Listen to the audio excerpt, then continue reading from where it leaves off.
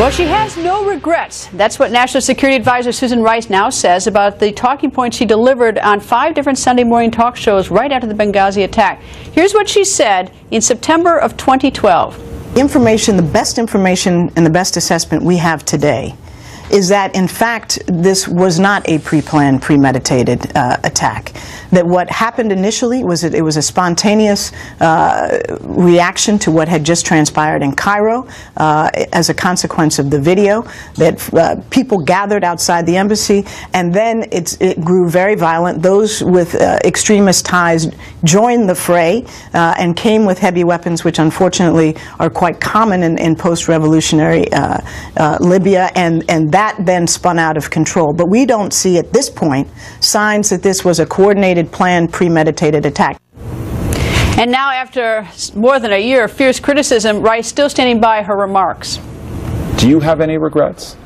David, no. Because what I said to you that morning and what I did in every day since was to share the best information that we had at the time. The information I provided, which I explained to you, was what we had at the moment. It could change. I commented that this was based on what we knew on that morning, was provided to me and my colleagues, and indeed to Congress, by the intelligence community. And that's been well validated in many different ways since. Congressman Trey Gowdy joins us. Good evening, sir. Good evening. How are you? Very well. Ambassador Rice, now National Security Advisor, of course, says that was the best information available when she went on those talk shows in September of 2012. Is that true? No, there is no evidence to support that false narrative of a video, not a scintilla of evidence. All of the evidence pointed exactly to what she claimed it wasn't, a pre-planned, coordinated attack. So she was fabulously wrong when she said it the first time, and stunningly arrogant in her refusal to express any regret for lying to our fellow citizens. So what happens? Nothing, right? I mean, that's it. Well, there are a couple of things that I hope can happen. I would love the chance to ask follow-up questions of Susan Rice, because David Gregory apparently did not avail himself of that opportunity. Greta, I just listened to the clip. I get tougher questions in the Bojangles drive-thru than he asked her. There's no regret about lying to your fellow citizens. No regret about the fact that in 18 months not a single solitary person's been brought to justice. No regret for misleading the families and the loved ones of those 4 murdered Americans.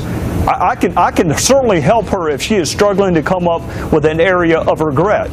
Who did she talk to before she went on the Sunday talk shows? Did she call Hillary Clinton? Did she call Gregory Hicks in Libya? Did she do any due diligence at all?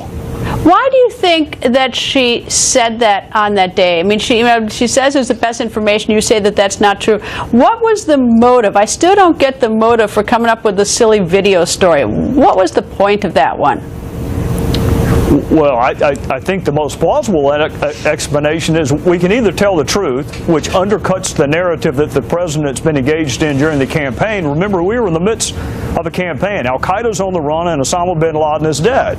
Well, apparently Al-Qaeda was not on the run. They were at the front door of our facility in Benghazi getting ready to kill our ambassador and burn it down. So she can either tell the truth or she can blame it on a video for which there was no evidence whatsoever, and she opted to protect her career and parrot the talking points that were provided to her by the White House.